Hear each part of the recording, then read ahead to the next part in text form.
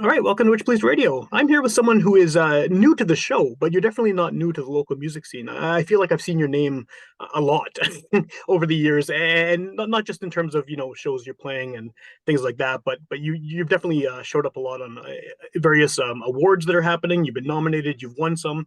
You seem to be just kind of a fairly constant presence over the past few years in the local country scene. So I think the best way to start this off is if you want to introduce yourself and just give a bit of background about what it is you do as an artist.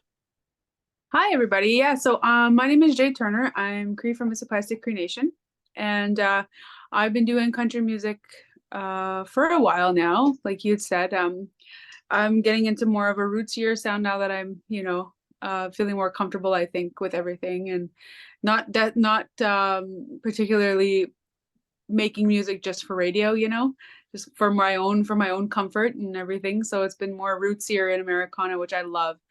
And yeah, just trucking along and trying to get more music out, and staying busy. Cool, cool. Well, and the reason we're talking now is because you have a new single, and I do want to get into that. But just on something you said just a minute ago about going into the rootsier Americana kind of vibe, I like that stuff too. I feel like there's definitely, as far as Manitoba goes as well, there's a lot of people in this province who gravitate towards that kind of stuff. A lot of the time because of the storytelling vibe of the lyrics and things like that. Has that always been the style of country that you've been drawn to? You know, I don't think so because I used to like Miranda Lambert and Carrie Underwood. I always looked at the people that they played on the radio as like who I should sound like, or like trying to be something that radio wanted, or that playing that game. And I've always loved the music of Americana, but for me, I always thought that to be successful, I had to sound like a certain person or a certain way, you know what I mean? And I got stuck in that. And then within the last, like, pretty much since I had my son, I just been kind of, sitting back and being like, hey, who am I though? And like, how can I tell these stories and not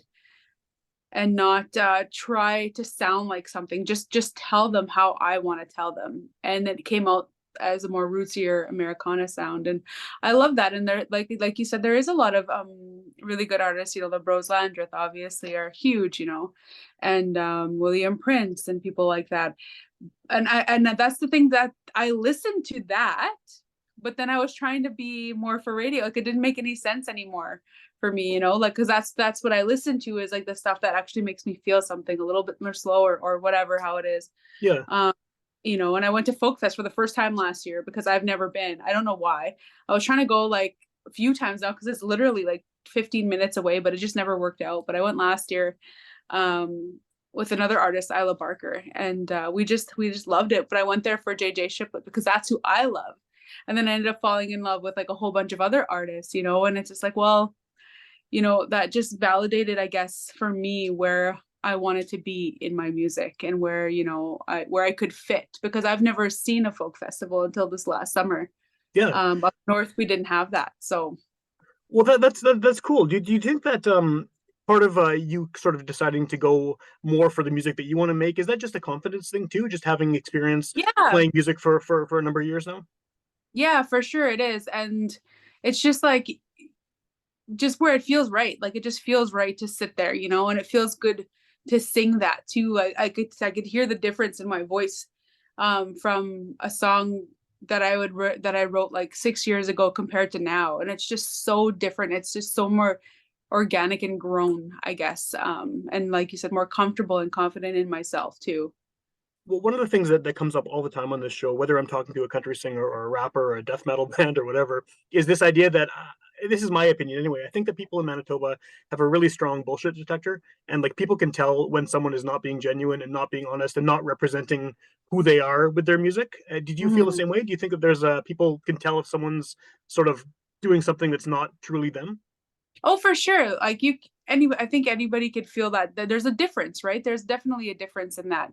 Um, and like, I think like that's who I was back then, but that's not who I am now. And so Yeah. for me, when I go on stage and sing the songs that I wrote way back when, it just doesn't feel right anymore, you know? It just doesn't, like, it felt right back then and it was great for me back then, but I've grown and I've just like you know, learned different things and lived a little. And now this just feels a lot more me. And I barely sing those songs anymore because of that, you know, because it just doesn't feel like, it feels like a young person song and not somebody that's, you know, in their 30s. Yeah, totally, totally. Yeah, yeah. So you have a new single, and how does that fit into this whole sort of changing of what your musical outlook is? I so this single specifically is like so important to me. And it's not like I tried to be this sound or anything like that. It just came out this way. And like I think, you know, of course my co-writer played a big play in that too, Crystal Shwanda. That's she's a blues artist and she's got killer vocals. Like incredible singer or vocalist and writer. And so when we got together, I think it just felt right to have this sort of song, more rock. I love the guitars on this song. Like that's, I was like, it has to be that, you know? It just felt right. It felt so good to sing with this, like the vocals on this are very hard and I love it. I absolutely loved it. So it's not like I tried to do it. It's just that it happened. It just happened that way. And I think that it feels so good and it feels more me than anything I've ever put out before, I think. Well, that's got to give you confidence too, right? Yeah. Having that realized and realizing that this is you on this record, and hopefully going forward, I guess that you'll do more like that, and maybe not Yeah. sounding like that, but having that kind of Yeah. personality in the songs, right? Yeah, for sure. And that kind of outlook, I guess, going into in the writing and stuff. Like we've been doing a lot of writing and a lot of recording. And it's just a totally different feel from before, in that also like I'm more confident in telling my own stories too. You know, where like before I was telling my stories, but I was telling them in a more um nonchalant kind of way. Like it was just like, you know, pretty in a pretty way. Yeah. Where life sometimes isn't pretty, you know? And so I'm like really getting down and telling everybody my stories with with this next music and I love it. Well, and you're playing a style of music that really lends itself to telling stories that aren't pretty too. I mean, that's kind of like one of the hallmarks of country music as a large genre is that, you can tell things that are personal and things that are maybe not so positive or not so happy, and you can get the emotion out in that way. Yes, for sure. That's what I love. I love country and I love Americana for that reason because I'm able to tell my stories that way. Well, I think one of the things I've noticed over the past, however long, with country music in this province is that they're. I mean, I've lived in Winnipeg my whole life, so I'm surrounded by the city's music scene. But there's so much happening, especially with country, in communities all over Manitoba. North, south, east, west, wherever you go, and it seems like there's this whole all these micro scenes of country music that exist in different regions of the province. So, what was your experience like? Coming from the north and having starting out as an artist. I mean, were there a lot of opportunities for you to play You shows? know, that's probably one of the other reasons why I got into country music was because there was so many talent shows up north, like Yeah. so many.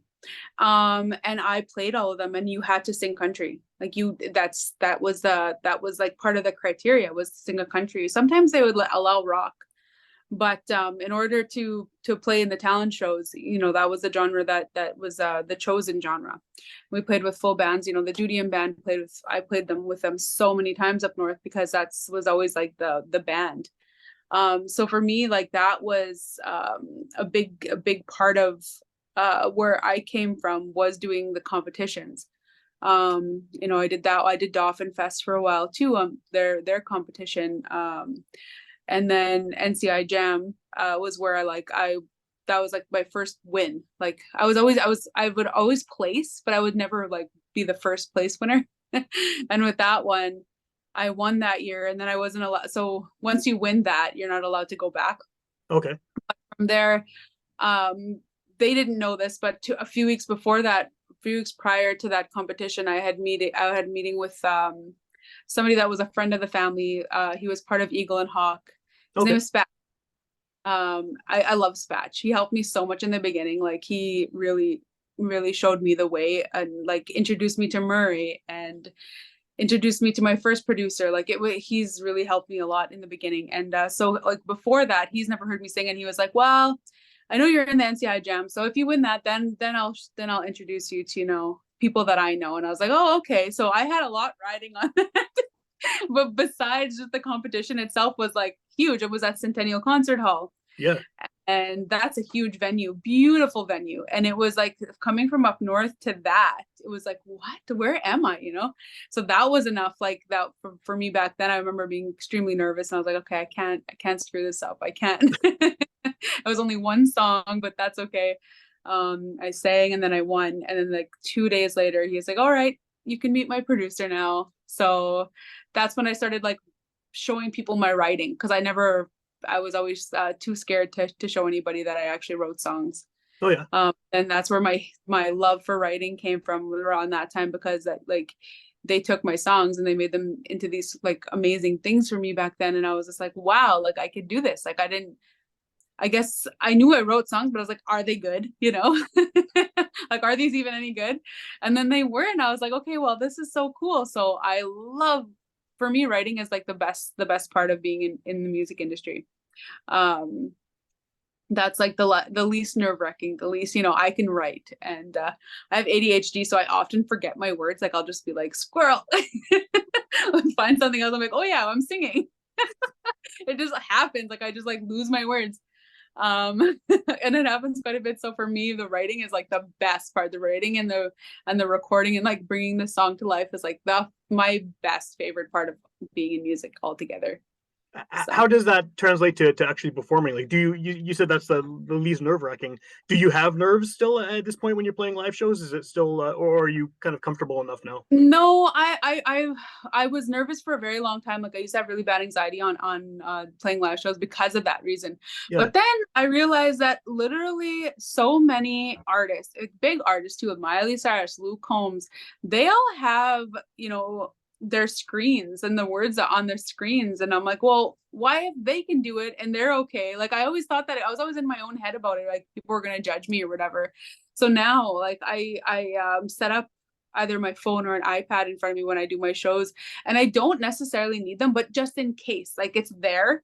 And like I just like I have this pedal set up now where I just like it kind of like swipes through the songs. So, and it's not like full lyrics, it's like just the beginning where it's like a memory trigger.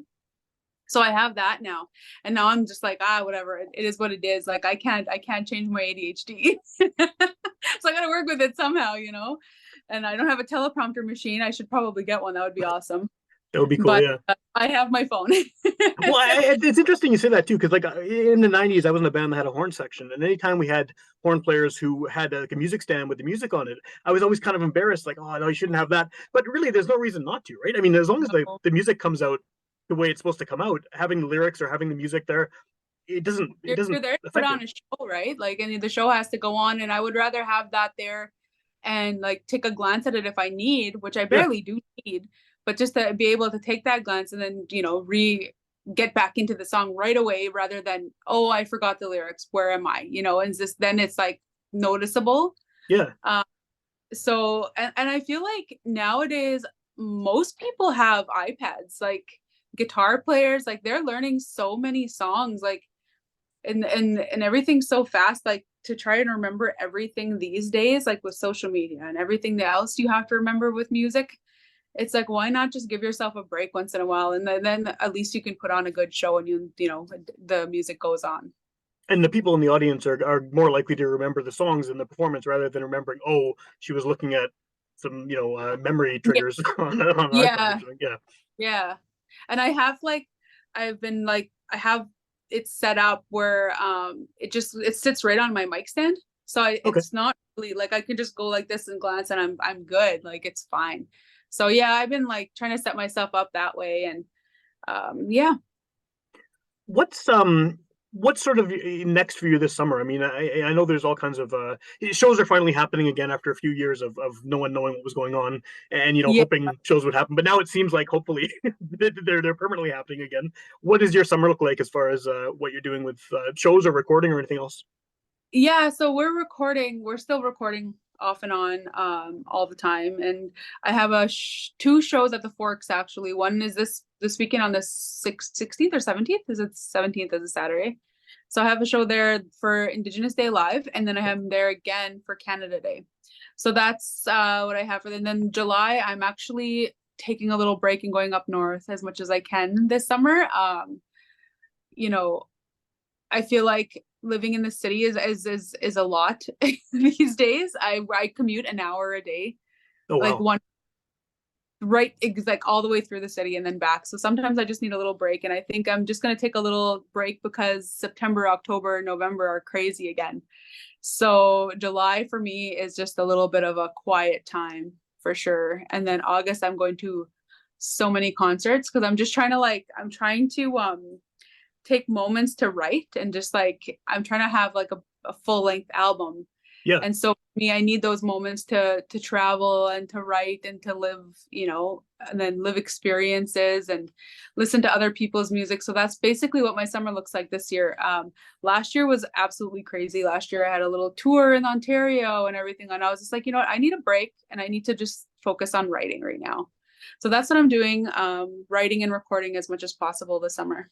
Cool, cool. Well, those shows you mentioned, those two, I mean, at the Forks and then and Canada Day as well. I mean, those are both massive shows. They, yeah, they are. So I'm still taking on the bigger shows, obviously, if I get like, emails on them or whatever, but I didn't like actually promote to go out everywhere.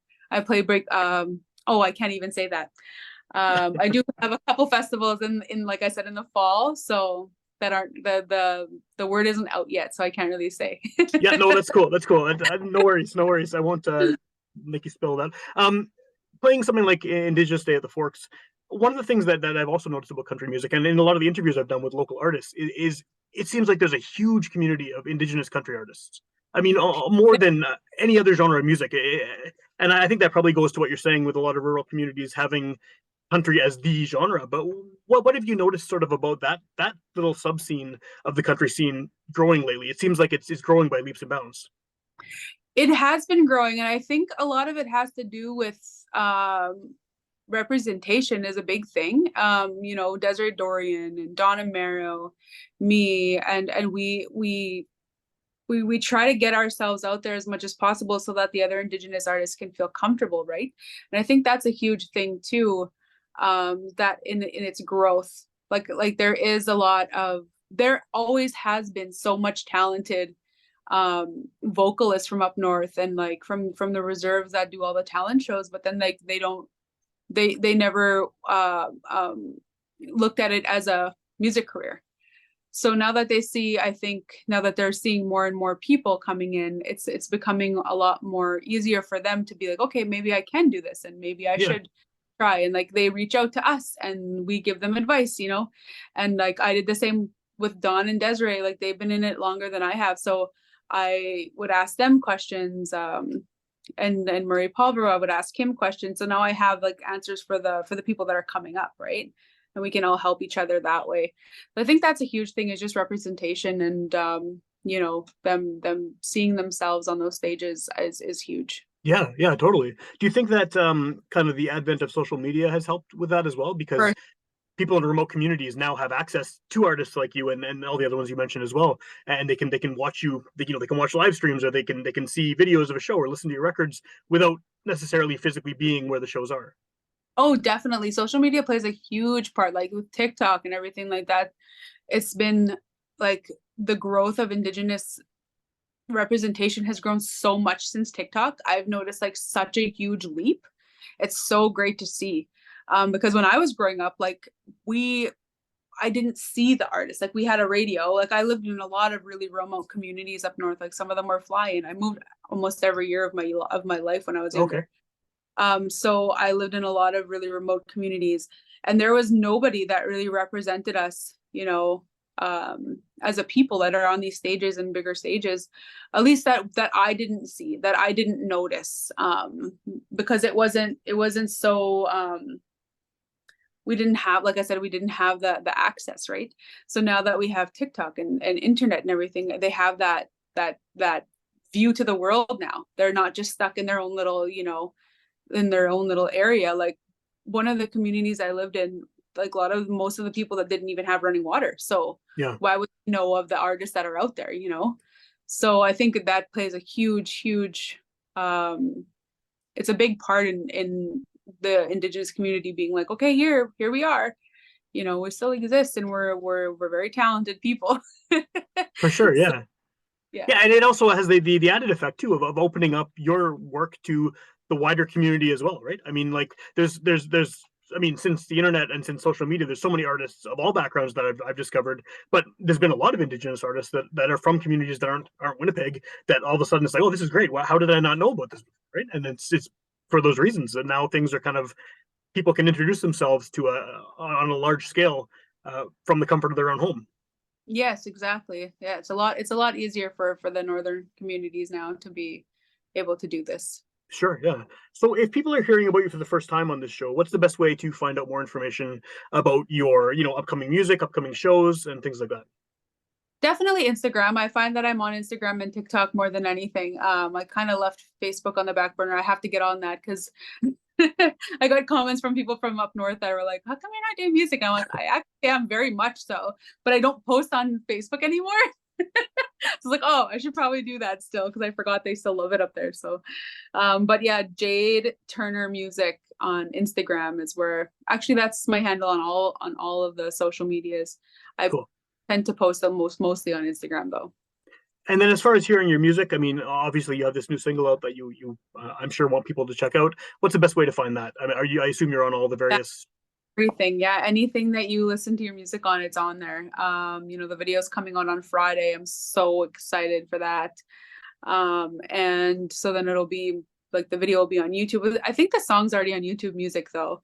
But yeah, it's everywhere. Cool, cool. And then upcoming shows, do you want to just plug those two shows again so people can Yeah, I'm at the Forks on July 17th for Indigenous Day Live, and then again for Canada Day. July 1st, I guess. Yeah, must be July 1st. That's Canada Day. Right? Awesome, awesome.